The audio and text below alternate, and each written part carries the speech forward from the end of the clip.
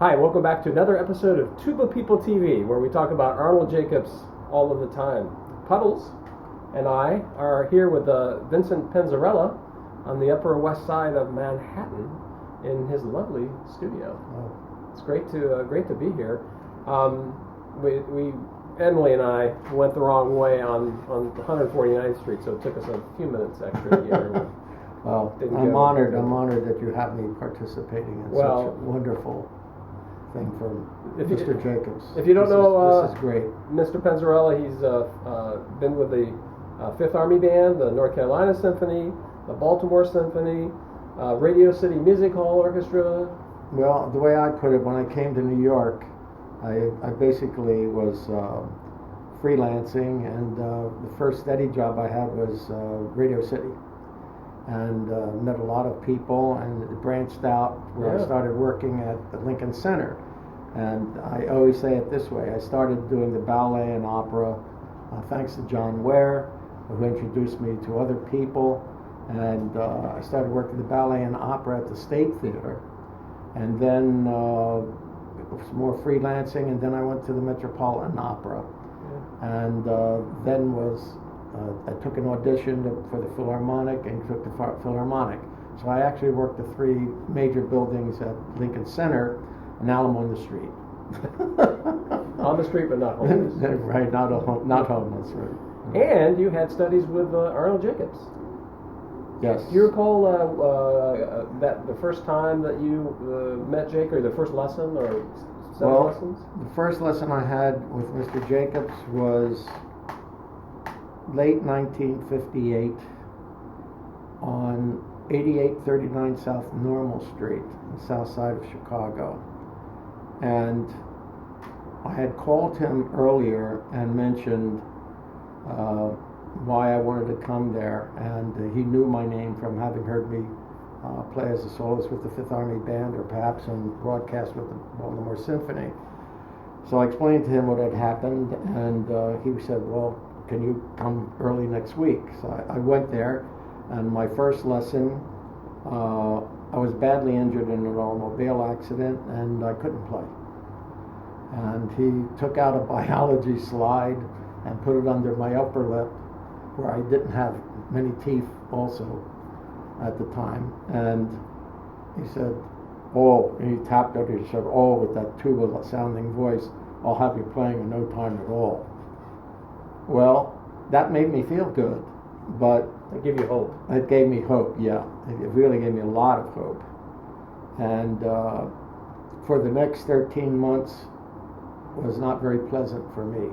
Mr. Jacobs during that time was unbelievably tolerant, considerate, encouraging. I can't say enough good words about how he brought me back from this accident. He brought me back from the dead. I mean, he just saved my life.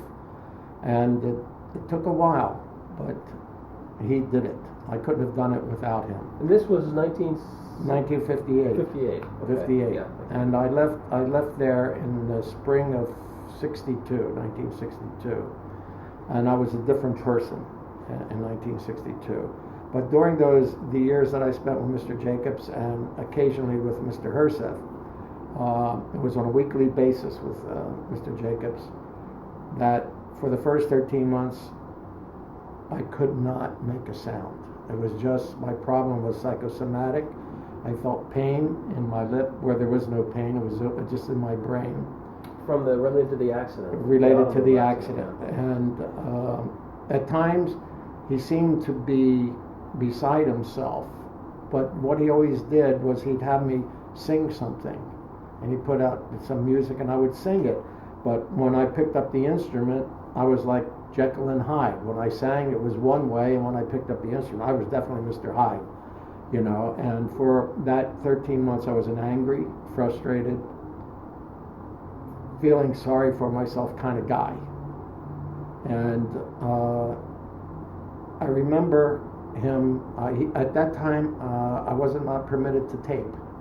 He wouldn't have me tape any lessons. And I guess around that time, I wasn't familiar with Mr. Jacobs' teachings. I was introduced to him by a wonderful trombone player who was former formerly with the Lyric Opera, who played principal trombone by the name of artist Marta Rosian, and he introduced me to the Chicago School of Playing through having studied with Mr. Jacobs for quite a while. And I saw the value of that. So after I had the accident and I was able to walk again and amble about, whatever, that's when I called Mr. Jacobs, and he explained to him, and he was very enthusiastic about taking me on. And that's, I think, one of the words that really come to my mind was his enthusiasm and encouragement, that no matter how I went in there, it was like, to him, I was like the finest player ever. And to me, my claim to fame has always been, and proud to say it, I was the worst state student Mr. Jacobs ever had. And I remember specifically one evening in New York, years later, sitting at the kitchen table with John Faddis and Lou Soloff. And we were talking about Mr. Jacobs, and I mentioned this about being the worst student he ever had. They said, "Oh no, it's possible." I said, "Look, if we call him right now, he won't even hesitate, and he'll say Vince Penzarella for sure." So I got on the extension phone, and Lou called him and said, "Mr. Jacobs," after the greetings and everything, Lou said, "Who would you consider the worst student you ever had?" And there was like this long pause. Well, let me tell you now. There was this one fellow had a spot on his lung, and we discovered that he had a slight touch of cancer there, and I cured that one. And then there was this other fellow. I said, "Mr. Jacobs, you're letting go." He said, "Oh, is that you, Penzarella?" Yeah, you were pretty bad too. So anyway, he was a remarkable person, and the words "song and wind," no matter what he did with the respirators or the bag that I worked or the tubes that he put me on, and with these coffee urns going up and down when you breathe into them, it was always music first. And he could be in another part of the basement, and when I started to play, you could hear him yell, "Doesn't sound to me like you're listening. Listen up in that brain, listen up in that brain, you're at the bell," and he could really tell. And I used to think, how could he tell that I was criticizing rather than creating? And it was a mystery to me, because I had no idea what he was talking about. And I remember prior to the accident, all I knew how to do was sing do, re, mi, and pick up the trumpet and sing do, re, mi on the trumpet. So I never knew, I couldn't make the connection until he gave me the respiratory bag. It was a Roush 5-liter respiratory bag, and I would start fantasizing, and I could hear everything I wanted. I started hearing the way I wanted the trumpet to sound. All of a sudden, for the first time, that I realized I was having fun. And when I picked up the trumpet, it was not fun. And I would describe it like, later on when I started to playing, it was like I had my best friend Tommy Trumpet going to a playground to have a good time. When I was having the rough time, it was like I was fighting a gladiator in the Roman Colosseum who was killing me. That's what a trumpet was. It was killing me in that Colosseum. So somehow I had to find a way to break out of that. And by the continual fantasizing and his encouragement, that no matter how good or bad I sounded at the first part of that lesson, I always came out sounding better.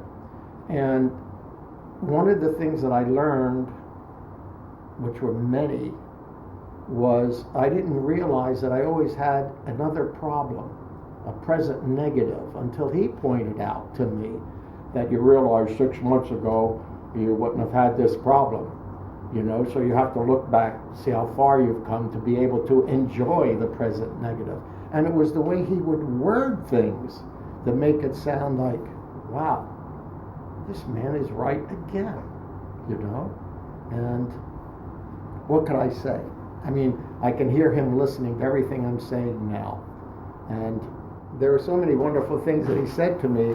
As an example, when I started playing what I thought was pretty good for me, he'd look at me and he'd go, "Oh, And he had that little chuckle, you know, Vincent, you could be one of the finest players in this country, with a long pause.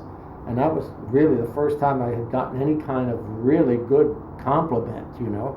And I was going up in this hot air balloon, and he looked me straight in the eye and he said, "If only you had my brain." Which, you know, the balloon came down really fast, you know. But there were other times, and you know, he would say, I would play something, and he'd say, "That was excellent. You should hear Bud do it," you know. So he had that way of, he knew that I was very competitive within myself. And he'd say, you have to keep it that way. No matter, he'd say, if you're playing great, hear it better. If you're playing lousy, he said, you only have one, stay on track, hear it better. And everything was musically motivated, no matter what people talked about in terms of what he did respiratory-wise, or had you breathing, no matter what it was always music first. And at that time, it was 90% mental, 9% air, maybe 1% lip. Whereas when I went to him, it was 100% lip, no brain. That's what you were thinking when you walked in. Oh, yeah, I mean, it was all about the lip, you know, and I was a critic. I was a critic. Music left me. There was no music. There was no joy. You were always critiquing yourself while you were doing it. Yeah, and you know, when he first made the statement, you know, the human brain can't create and criticize at the same time, I thought, how am I supposed to advance, you know? And he always said to me, Vincent, you're trying too hard. You're trying too hard. And like a typical Italian, I would say, how am I supposed to get it? How am I supposed, if I don't try, well, you Italians, you're all so temperamental. You must be calm and cool and collected like me. You know? And I think, oh man, here we go again. But amazing.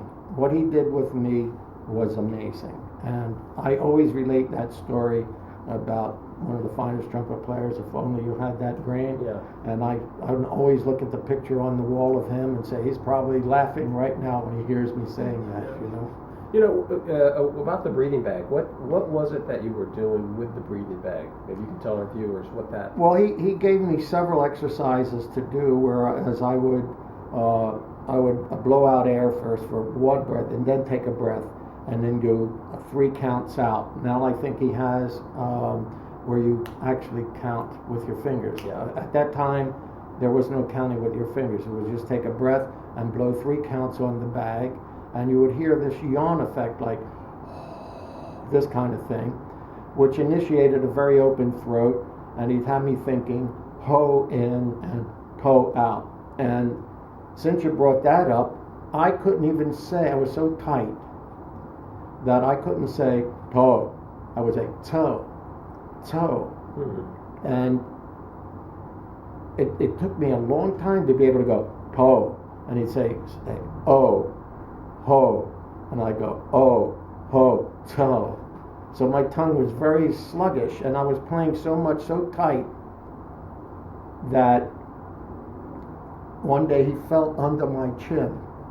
And he said, oh my God. And I said, what? He said, it feels like you have a bag of marbles. From stress, tension, I had broken all the blood vessels under the chin area, which comes from pushing the tongue against the bottom teeth, creating all that oral pressure. And what the bag did was to relieve with time. The muscles had to relearn, in a sense, through singing music and going, and breathing and playing that way, versus a string of air, versus what I call it the tidal wave of air. And that was stimulating a greater area of my lip. And all of a sudden, one day it happened. And I remember he asked me to play Ave Maria. And that was the first song I learned how to play on the trumpet. And my teacher in South Philadelphia always had me play songs to warm up rather than Schlossberg, Right. because it would stimulate my mind. But I didn't know that at the time. I would just do what he said. And when I played it, Jake said, my God, that was beautiful. To this day, I don't remember playing it. On the other hand, there was a time he said he punched me in the stomach while I was playing, and I don't remember that happening either. Wow. I was that tight. I was that rigid. And there were various times like I didn't get what he was trying to get me to do in terms of breathing properly. And he had me doing exercises, bending over while I was playing and doing all sorts of acrobatics. So that I would start a note standing up and it would be tight, and as I bent over, he would say the anterior oblique muscles were like this big X across the front of your body, and that was immobilizing the abdominal muscles and all the intercostal muscles. And I would think, what are you talking about? But I could hear the difference in sound. I said, well, I'm going to look funny on stage bending over all the time, And so he gave me about 3 or 4 of these exercises to do that over time gave me the courage. And he would always, I remember one of the first things he said, that I must sit in a standing position. Mm-hmm. And he'd say, do you have a preference when you play? I said, yeah, standing. So the way I saw it later was there should not have been any preference. It should be the proper way of sitting. Anyway, there were many things that I did that were wrong that eventually he straightened out for me, through trial and error, trial and repetition. And he'd say, don't try to fix what you're doing wrong. Reaffirm or reassert in your mind what is right and what you would like it to sound like. Mm-hmm. And he gave me various ways of doing this. He'd say, you have to pretend as if, you have to become the actor who can play many different roles, and you have to believe in what you're doing, because that'll help you with the colors, like Ravel one way and Shostakovich another way. You just have to listen, and listen as a listener in your mind who's enjoying what they're listening to. And I find that is a very difficult thing for young people to do today, and I think a lot of that is missing because of technology and things being done for them rather than studying music and learning. So the one thing that I think Jake taught me to understand was that my very first teacher had to be the music, and the second teacher had to be my brain to work with the students of my body so that they could coordinate. And the third teacher is the one that never lies, called the tape recorder. And if you use those, I remember saying, if you use those 3 properly, you'll never have problems in the future. So I try to explain this to people that I work with, and they don't seem to get it. It's like when you start talking about the mind and how well your mind works and in coordination with your body, no, they're so involved with the lip. And I can understand that because I went through it myself. And I think until you have someone like Mr. Jacobs who can get you to the right place in your brain, change your thinking, then your body becomes more cooperative in what the brain wants it to do. And I think with his incredible knowledge, he was just not someone who was involved with what happens from a respiratory thing, but he knew what was going on with that mind. He knew how to diagnose anyone that walked in that studio of his, whether it was on Michigan Avenue, I believe that's where he had his studio, or his home on South Normal Street. When I was there, he could tell. The moment you walked in, you didn't have to say anything. He just sensed it, which was a great ability. And I will never forget what he's done for me. And I mention his name incessantly to people. Oh, that's great. He just was a godsend for me. Yeah.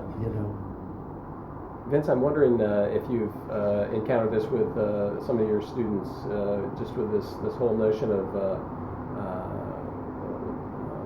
lot of pressure and breathing that's a little bit on the tighter side, inhalations, that sort of thing. I would say 99% are working much harder than they have to because of excessive pressure that's not needed. And it's hard for me to explain to them that we try to eliminate as much air pressure as we can and have airflow rate, and I try to make them understand through sound and the sound that they make when they make a sound like, which is a real E kind of quality, that they're building up pressure inward, and that's going to be amplified even more on the out. The other one that I hear is, which is also a false sense of intake of air, which is buildup of pressure in your body, versus oh. So I'll have them say ho, and think ho, and there's a big difference. You can see how their body expands with the amount of air they take in. And I would say 2 out of 3 get it immediately. But to have them perpetuated is another thing, because the bad habits far exceed the good ones. Sure. And they have to have that repetitive. So I say, don't go for what you feel. Go for the sound that creates the right feel. And once you understand what that feel is, that's private to you, that you will take the right breath. Yeah, so go for the sound, and then if you need to examine the field based upon the sound. Right, because so many things happen with young players. When you get them to start playing pretty good at first or second lesson, they start going for the feel rather than what got them there. They go for the effect rather than the cause. So it's that sound that they eliminate. Now, one of the things that Mr. Jacobs had me do all the time was to sing what was on the page. And I find that is a big problem with kids today. They have no real relationship with the music on the page other than how they hear someone else play it, which I think that's involuntary cloning. Because the person that they hear can sing what's there. It sounds like they're singing. I think when we hear a good singer on the trumpet, it says, geez, it sounds like he's singing. You know, so I think it's important for anyone, no matter what area they are in on their instrument, to sing the music first, because there are days where it's cloudy and it's days where it's bright without any clouds, and you should be able to, as an individual, know where you are and what you have to do to stimulate yourself so that it's a clear day, so that sound in your mind, the recall of that sound is like recalling a parent's a voice or what they look like. And I say to students, can you hear what you want and see what you want as well as you can see a parent's face? And if I say think of a parent, they see the face and they hear the voice, and they can hear the voice in any manner that they've experienced it. So that's the way I feel about music, that they should be able to hear the way they want their trumpet to sound as easily as they have recall of the parent. And they look at me like I'm insane. So, you know, there's so many variables that go with students, and I pulled one out of the hat with Mr. Jacobs, and one of the things he said when I was having a bad day after I was playing, he said, well, get it out of your system, play it as badly as you can. I said, this man is a madman. What he's talking, play it as badly as I can, and I tried to. He said, no, I can understand, I can hear what you're trying to do. No, you have to understand. Shall I say it in English this time? Play it as badly as you can. I said, I can't play it as bad. I don't know how. He said, well, why aren't you thinking beautifully then? So I do that. I've stolen so much from Mr. Jacobs because he branded me that I had to perpetuate so much, 100% of what concepts I can remember that he branded me with, that I have to pass on. I feel that's what I have to do. I have to pass that on, and hopefully 1 out of 100 will get it and pass it on. Yeah. You know. Well, what about this whole notion with high brass players of taking a breath? I know that if I mention this to maybe a trumpet player that will come to my studio wanting to know more about breathing or something, and they'll say, well, when I take that much air, it feels uncomfortable because it's just sitting there. What is that? Well, I think innately or instinctively, if we study the music, we can see many different ways that we can play the phrase, and I think or sing the phrase, I should say. And sometimes you're going to know that you have good days physically and you have bad days physically, and over a period of time you learn what you have to do. So I think that if you're really involved in the music, and if I'm going to play Zarathustra, say, the big four, I call it, the C octave, that I'm going to take the kind of breath where I'm going to play a very solid third space C and leave it up to my mind to hear where that relative octave should be. And I know if I can hear that with practice, I'm going to attain it physically. But it's, do I stay in the right place mentally? And that's where Mr. Jacobs did for me.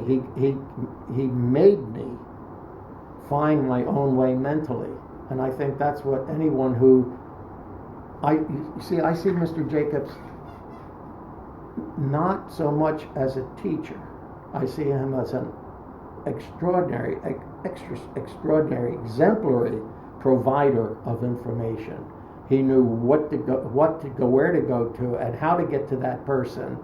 And he did it in such a way that either you were able to absorb it mentally, so that you go home and teach yourself how to do it. Yeah. But that's what I see him as an incredible provider of information that stays with you forever. And, I see myself as a poor imitation of what he's done. So to get, to the point what you're saying with the person, I'd say, now, you in order to, I think the most important thing is, the 5 points that he had for breathing was, the first word that he used was weakness. The second thing was, he said you'd have to breathe in order to expand, don't expand to breathe. And then the next thing was that the end of your inhalation is the start of your exhalation with the least amount of hesitation. And go from there. Now, what he's saying is like, basically, it's like a dance band. They go 1, 2, 1, 2, 3, breathe, play. So how much of a hesitation is there? So there was musical involvement. But most people don't see it that way. They say, oh, that's just a step, and they'll be watching what they do instead of getting involved with the music, which he was trying to get you to do. So before you start a note, what do you want the note to sound like? What's the characteristic of that sound? Is it forte? Is it piano? What's the subdivision that you're going to encounter within that first note? So many ingredients to make the good cake taste well, that kind of thing. And some days, some of that's lacking. So he would say to me, when you're having a problem, look at the music. What don't you see well enough or hear well enough? Because it's that process. You have to see it well enough to get it to your ear well enough, which a lot of people don't allow that to happen. So it can't get to the brain for the brain to coordinate all the things like with the rhythm and the sound and your tongue and the air to work as a finely tuned team. And that's what a Herseth had going. That's what the great players had going. And when you hear Mr. Jacobs demonstrator, you hear these great players demonstrate, it's the love of music, the love of what they're doing in their mind, without fear of criticism. And I think that's a thing that stands out. People are afraid to express themselves. You had time in Chicago where you studied with Mr. Jacobs and Mr. Herseth at the same time. Can you compare and contrast that experience with those two men?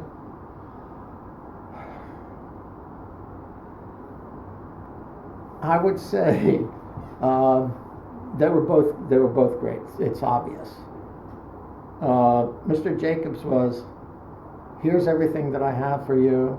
I hope you can take it. I hope you can feed off of it, you know. My first lesson with Herseth was very interesting. This one I could play a little bit. And when I first went to him, this was after your accident. Yeah, I was able to play a C scaler, so okay. Okay. Anyway, I went to him and I said, I was saying, Mr. Herseth, I've admired your playing for so much. I said, you remind me of a singer when you play. He said, really? I said, yeah. He said, not a trumpet player. I said, no, you remind me of U.C. Bierling when you play. Especially. That was his favorite singer. I know. So my cousin was Mario Lanza, so I was into singers. I've listened to a lot of singers. I mean, he used to do serenades for my aunts before the night they got married. But U.C. Bierling, lyrical playing. I mean, the lyrical singers, but Herseth. Okay, that's just like. So I said, he said, really? He said, what singer? And I said, oh, obviously U.C. Björling. I said, there's a similarity in your sound with the way he sang, you know. And he said, oh, you really think so, huh? And I said, yeah. And he took me over to Academy, and that was all U.C. Björling's recordings. That's amazing. Yeah. So, you know. Wow, you nailed it. You know, so Wow. not only, you know, it's like, I like, and, you know, I think, when I think dramatically, I say, think Franco Corelli, or you're thinking lyrically, think U.C. Björling, or think Giuseppe Di Stefano, or something like that. And I was weaned with singers in South Philadelphia. The Shoemakers always had opera going. The tailor shops always going. So it was that, and, you know, Arnold Jacobs was quite a singer. Yeah. You know, and he told me the tale where he literally sang the beadlow through the mouthpiece. Really? Yeah. I don't know this story. Yeah. He actually sang it. Reiner told me how to sing it, so he had a great voice, you know. And I understand Mr. Herseth. But Mr. Herseth was a little more sheltered in his approach to things. Not quite as open, maybe. Yeah, not quite as open as Mr. Jacobs. But I remember a specific lesson. It was probably the shortest lesson I ever had in my life for the price I was paying. Was, you know, in those days it was a lot of money. Anyway, it was the Charlier number 2, and I tried to sing it the best I could on the trumpet. He said, oh, that was very good. Now maybe you want to think about doing it this way. And of course, after he sang it on his trumpet, I felt like I was back in kindergarten, you know. So I went home, and it was midwinter. I went home, and all I could hear was Herseth playing it. Man, I sounded fantastic. It was great for 4 days. The 5th day was like a blanket over my head, blank. Not only couldn't I hear him, but I had no way I had to play it myself, so I was very upset. Went for my next lesson, and it was snow on the ground. He was out there shoveling. It was about 9 o'clock in the morning. And we went inside, and he said, boy, you don't look very happy this morning. And I said, well, you know, I said, would you do me a favor? I said, would you play the Charlier number 2 again? He said, sure. So he picked up his drum. Mind you, he had warmed up earlier that morning, he told me. But we went in, we weren't inside more than 10 minutes. He picked up and just sounded like Gabriel came down to earth. And I thought, my God, you know, and it triggered the way he sounded last week. And I kind of made a face, and he said, is there something wrong? And I said, my God, I said, as soon as you started playing,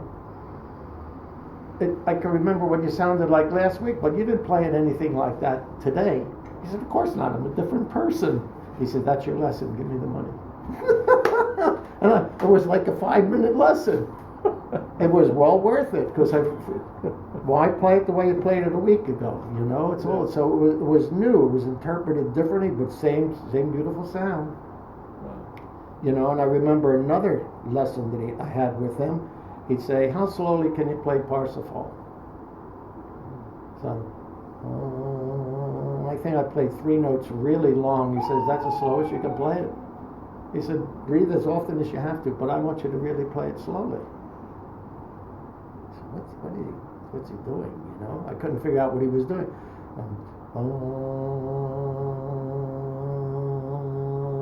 I got enough 4 notes. He says, "That's the slowest you can play it." He said, "I've yet to meet anyone who can play slower than me." He said, "You get it?" I think, why play that slow? Because he, you know, one of the as far as he saw one sound like another sound. It was just equal and relative.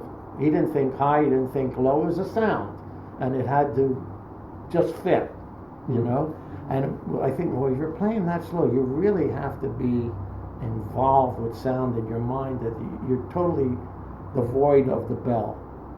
And that's why everything was so easy for him, and such breath control.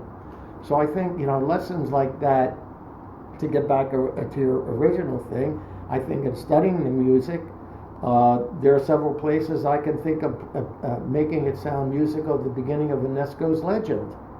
A lot of people like to play a long phrase, and if you study that music, there's a lot of ways you can play that long phrase and still make it sound musical. And I think you decide on what that phrase is going to be, and you breathe accordingly. But I think your body is a lot more relaxed if your brain is relaxed. Mm-hmm. And it's not going to be if your brain isn't. So I think what singing does, and one of the greatest things that Mr. Jacobs brought to me, was he allowed my mind to get involved to the point where my body would start to be the mirror image of that. And it was up to me to see where I was mentally on every given day, because that was the one steady thing I had to have in mind, was that recall pattern of the music. It didn't have to be played the same way, but I had to have that clarity of sound and what I wanted to project, that kind of thing. And one of the best things was listen as a listener, enjoying what they're listening to up in the auditorium of your own mind. That's just, I try to say that today. People look at me like, you feel all right? Yeah. And sometimes I'll have to say, well, I'll say it in English this time, because I think technology has ruined a lot of ability for people to fantasize and to pretend as if, which I think is a great art. Vince, you played in the Philharmonic, played second trumpet with Phil Smith. What was that? How did you consider your role? Because you played principal quite a bit in other places. Right. I think playing second in Philharmonic was the first time in my life that I ever played second on a steady job. I think with my experience of having played principal in other places, that I used to sense there was a lot of competition in New York, and I think you could sense people competing with one another when you were sitting in the first chair, whether they liked you the way you played or whatever.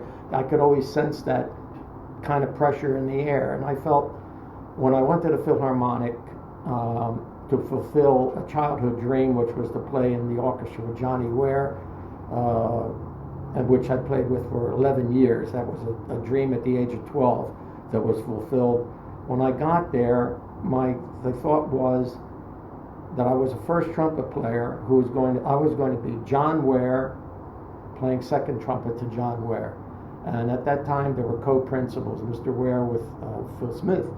And when I played second with Phil, I felt like I had to be Phil Smith playing second trumpet to Phil Smith.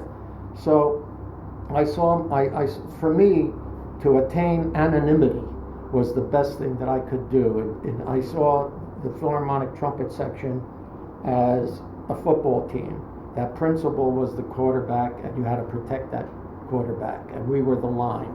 And whether Johnny was there, or Carmen was playing, or I was playing, no matter who it was, those principals had to be taken care of. You had to block for them all the time. So I enjoyed the role of anonymity, except when I had to play a solo. I thought, what do I do now? I can't be Johnny, I can't be Phil. Oh my God, what am I going to do? But you manage to get through it. So it was fun. Phil was one of the greatest guys you could play with. I don't think we ever rehearsed more than 3 things together. It was always like, or when I was with John, it was the same way.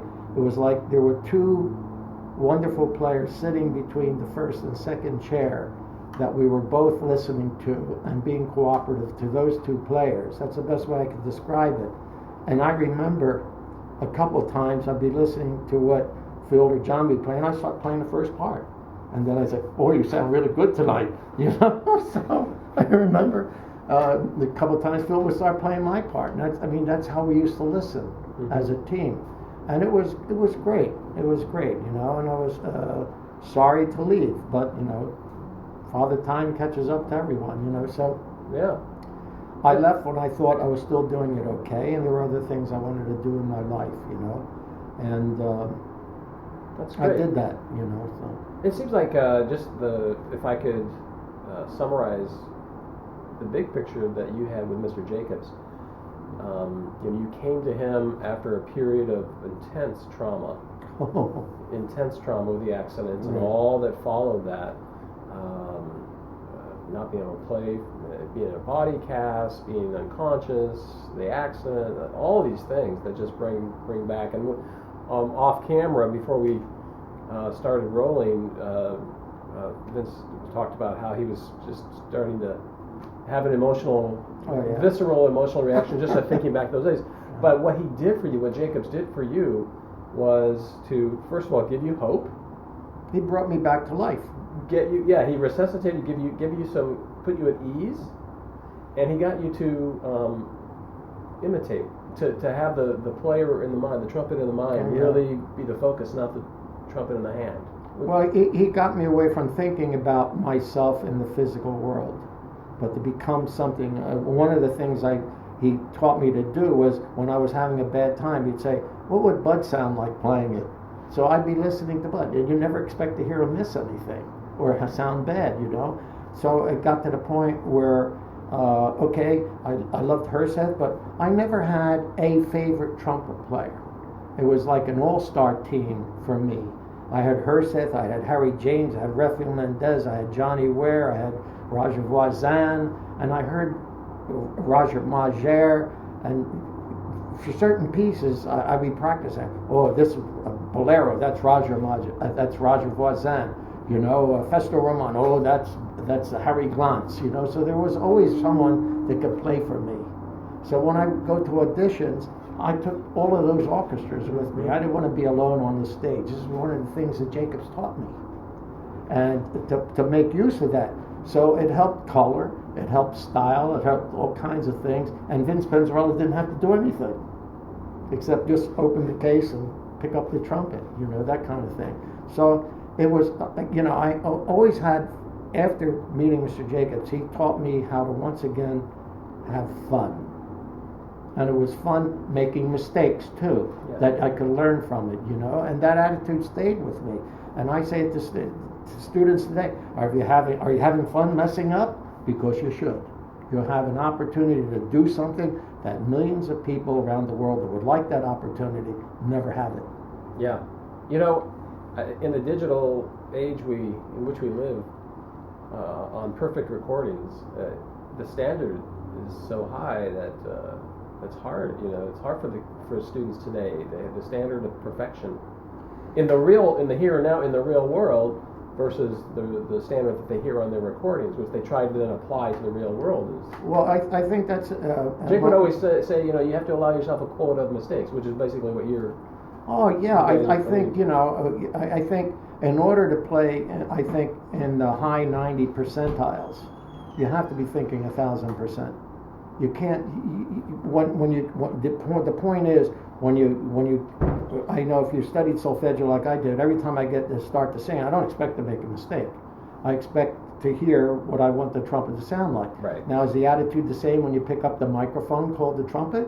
I think with most people it's not. There's fear of criticism and fear of making mistakes. You can't have that fear. Now, I look around me and I see what's going on in the world, and I see the big mistakes leaders are making, and I think, hey, think about what you're doing and think about what these people are doing around the world, and I'm going to worry about a couple of tukatus? I don't think so. Right. I'm going to have a good time doing what I'm doing. If you don't like it, fine. So I say to people, when you go to notes don't matter. My first teacher said it, Mr. Jacobs said it, Mr. Hersch said it. You go for music, you'll get the notes. If you go for notes, you're never going to get music, and that's what they do. They count notes. Conductors today count notes.